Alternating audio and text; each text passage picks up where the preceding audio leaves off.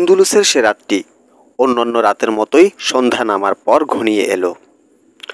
আব্দুর রহমানের শাহী মহলে গায়ক জারিয়াবের জাদুময় সুর মাধুরী সবাইকে মাতাল করে তুলল। সুন্দরী জারিয়াও আব্দুর রহমানের পাশে বসে জারিয়াবের সঙ্গে সুর মিলাচ্ছে। শাহে উন্দুলুস আব্দুর রহমান সানি গান ও তার সুর লহরীতে এমনভাবে বিমুগ্ধ ও মগ্ন যে তার মাথা থেকে এটা নেমে গেছে তিনি সেই সালতানাতের সুলতান, সেই সালতানাতের শাসক যেখানে ক্রুশের পূজারীদের কালো ছায়া ক্রমেই চারিদিক থেকে বিস্তার করে চলছে। এটা তার মনে রইল না। ইসলামের সুমহান বাণী নিয়ে তাকে আরও অনেক দূর সফর করে যেতে হবে। এই শাহী মহলেই তার শেষ গন্তব্য নয়। তাকে ইসলামী সাম্রাজ্যের সীমানা আরও দিক প্রসারী করে তুলতে হবে, যাতে পথ হারা মানবজাতি আল্লাহর সত্য ধর্ম আলোর পথে পথপ্রাপ্ত হয়। সে রাতেই মালিকায়ে তরুব সুলতানার বাড়িতে এক দরবেশ পা রাখল। সুলতানা এই দরবেশকে আগেও তার মহলের মতো বাড়ির আশেপাশে ঘুরঘুর করতে দেখেছে। সুলতানা তার সাদা দুটি ঘোড়ায় জুড়ে রাখা গাড়িতে করে বৈকালিক ভ্রমণে বের হয়ে এই দরবেশকে প্রথমে দেখতে পায়। দরবেশ তার গাড়ির পাশ দিয়ে ধীর পায়ে হেঁটে যায়। সুলতানার পাশে বসে থাকা তার এক সঙ্গী বলে উঠে, এ লোকের মনে হয় মাথা খারাপ, পাগল, একে কয়েকবারই দেখেছি। আরেক সখী বলে উঠে, ভিখারিও হতে পারে। সুলতানা বলল, না, ভিখারি নয়, এর চোখে মুখে কি যেন একটা আছে। কথা শুনলে মনে হয় এ কোনো সাধারণ দরবেশ নয়। আমি একে কাছ থেকেও দেখেছি। এর চোখে বুদ্ধি ও জ্ঞানের দীপ্তি স্পষ্টতর হয়ে আছে। আমি কোনো পুরুষের চেহারা চিনতে ভুল করিনি কোনো দিন। এ আমাকে কিছু একটা বলতে চাচ্ছে। দরবেশ হোক আর 7 মহাদেশের শাহেনশাহ হোক, তোমার রূপের জাদু সবাইকে সমানভাবে ঘায়েল করে ফেলে। সখীর কণ্ঠে জল তরঙ্গ বেঁচে উঠল যেন। সুলতানা ঘুরে দেখল দরবেশ সেখানেই দাঁড়িয়ে আছে। তার দৃষ্টি এই রূপের সম্রাজ্ঞীর শুভ্র অশ্বজোড়ার গাড়ির দিকে নিবদ্ধ। গাড়িটিকে তার দৃষ্টি অনুসরণ করে চলছে। সুলতানার গাড়িও সামনে এগিয়ে চলছে। সুলতানা তার বৈকালিক ভ্রমণ শেষ করে ফিরে এলো। সূর্যাস্ত তখনও হয়নি। দেখল দরবেশ সেই আগের জায়গাতেই দাঁড়ানো। সুলতানার কৌতূহল বেড়ে গেল। সে তার গাড়ি দাঁড় করিয়ে ফেলল। দরবেশকে চোখের ইশারায় তার সামনে আসতে বলল।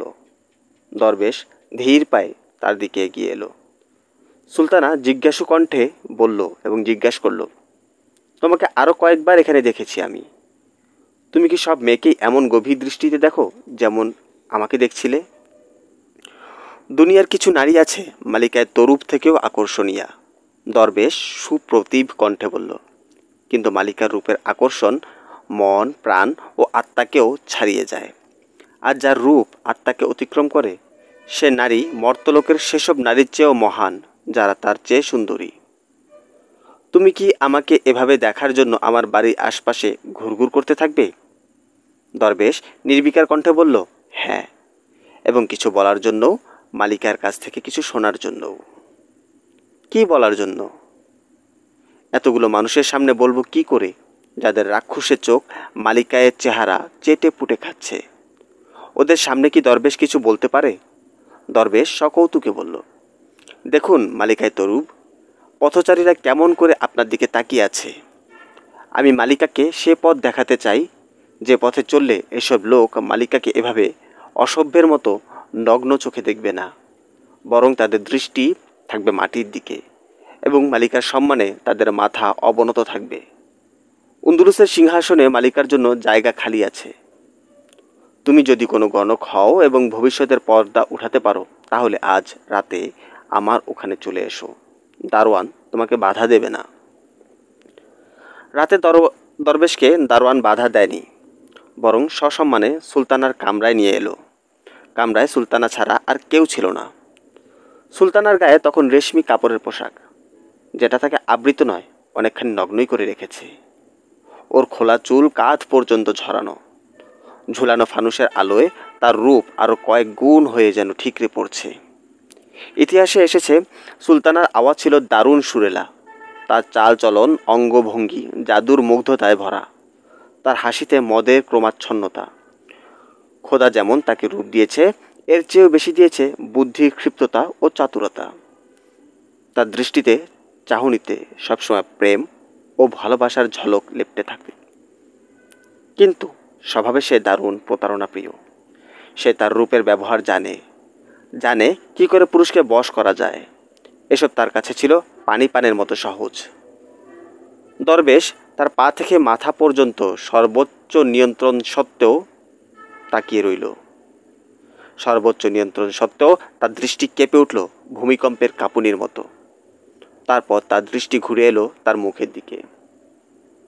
সুলতানা মালিকায়ে তরুপ জিজ্ঞাসা করল, উন্দুলুসের সিংহাসনে আমার জন্য জায়গা খালি আছে, এটা তুমি কি করে বললে?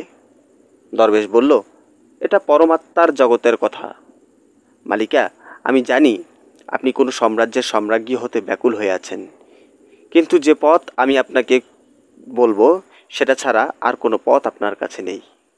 সে পথ আপনি খুঁজে পাচ্ছেন না। আজ পর্যন্ত এমন কাউকে আপনি পাননি যে আপনাকে সে পথটা দেখাবে। যদি তুমি আমাকে সে পথ দেখিয়ে দাও, তোমাকে আমি অর্ধেক জায়গির পুরস্কার স্বরূপ দিয়ে দেব। আমার কোনো নাজরানা পুরস্কারের প্রয়োজন নেই মালিকায়ে তরুপ। আমার পায়ের তলায় ধন্য ভাণ্ডার পড়ে আছে, কিন্তু সেটা বেকার। এসব আমার জন্য নয়, আমি অন্য কোনো জগতের মানুষ। শাহে উন্দুলুস আব্দুর রহমান সানি আপনার প্রতীক্ষায় বসে আছে। সুলতানা লোভাতুর কণ্ঠে বলল, কিন্তু তিনি আমাকে দেখলেনই বা কবে? শুনেছি মহলের 3 পরিচারিকা বাদশাহকে তাদের জালে জড়িয়ে রেখেছে। এও শুনেছি আব্দুর রহমান নাকি পাক্কা মুসলমান ও অতি উঁচু চরিত্রের মানুষ। তিনি আবার ভীষণ লড়াকু বাদশাহ। সম্ভবত এ কারণে তার পর্যন্ত আমার নাম পৌঁছায়নি। সুলতানার কথায় লোভ, মোহগ্রস্ততার নেশা ঝরে পড়ছিল। সুলতানা বলল, আমি মালিকা বা সম্রাজ্ঞী হব, এ কথা বলা ছাড়া কি তুমি আমার কোনো সাহায্য করতে পারবে না? তুমি কি এমন কোন উপায় বলে দিতে পারবে না যেটা আমাকে সিংহাসন পর্যন্ত পৌঁছাবে? দরবেশ তো অনেক কিছুই করতে পারে। আপনি আগে আমাকে বলুন, কোনো মুসলিম বাদশাহ রানী হতে চান নাকি? কথার মাঝখানে মালিকায়ে তরুপ হেসে উঠল এবং বলল, আমার কোনো স্বপ্ন কোনো ধর্মের সঙ্গে জড়িত নয়। আমি যদি কোনো ধর্মের আসল অনুসারী হতাম, তাহলে এতদিনে কারো স্ত্রী হয়ে 2 সন্তানের মা হয়ে যেতাম। তাহলে আমি আপনাকে যা বলবো তা আপনাকে করতে হবে। তা কি আপনি করতে পারবেন? দরবেশ জিজ্ঞাসা করল, একটি দেশের অঙ্গরাজ্য আপনার অপেক্ষায় আছে, কিন্তু সে রাজ্য কোনো মুসলমান। সেটা আপনি এর বিনিময়ে পাবেন যে শাহে উন্দুলুস আব্দুর রহমান সানির মন মস্তিষ্কে আপনাকে চেপে বসতে হবে। অতি রূপসী এক ফানুস হয়ে তাকে অধিকার করতে হবে আপনাকে। তারপর তাকে বাধ্য করব তিনি যেন আমাকে রানী করে নেন। না, দরবেশ বলল, এমন করলে তিনি আপনাকে সম্রাজ্ঞী বা রানী নয়, তার স্ত্রী বানাবে। তারপর একদিন আপনার মোহ কেটে গেলে আপনাকে হেরেমে নিক্ষেপ করবেন। তারপর আরেকজন রানী হওয়ার স্বপ্ন নিয়ে তার শয়ন কক্ষে এসে হাজির হবে। এভাবে চলতেই থাকবে। আমি আপনাকে একটা কৌশল শিখিয়ে দিচ্ছি। আপনি সেটা প্রয়োগ করলে একদিন আপনি আপনার স্বাধীন অঙ্গরাজ্যের অধিকারী হবেন। সৈন্য সামন্তও থাকবে এবং আপনি স্বাধীনভাবে রাজত্বও করবেন। সুলতানা অতি তীক্ষ্ণ দৃষ্টির অধিকারিণী। সে মনোযোগ দিয়ে দরবেশের কথা শুনছে আর গভীর চোখে তার চেহারা পরীক্ষা করছে। হঠাৎ সে চমকে উঠল। এগিয়ে গিয়ে দরবেশের দাড়ি ধরে সজোরে টান দিল। দাড়ি গোড়া থেকে উঠে এলো। তার আরেক হাত দরবেশের মাথায় রাখল এবং মাথার কাপড় তার হাতের মুঠোয় নিয়ে টান দিতেই এক ঝটকায় মাথার কাপড় ও মাথার দীর্ঘ চুল উঠে এলো।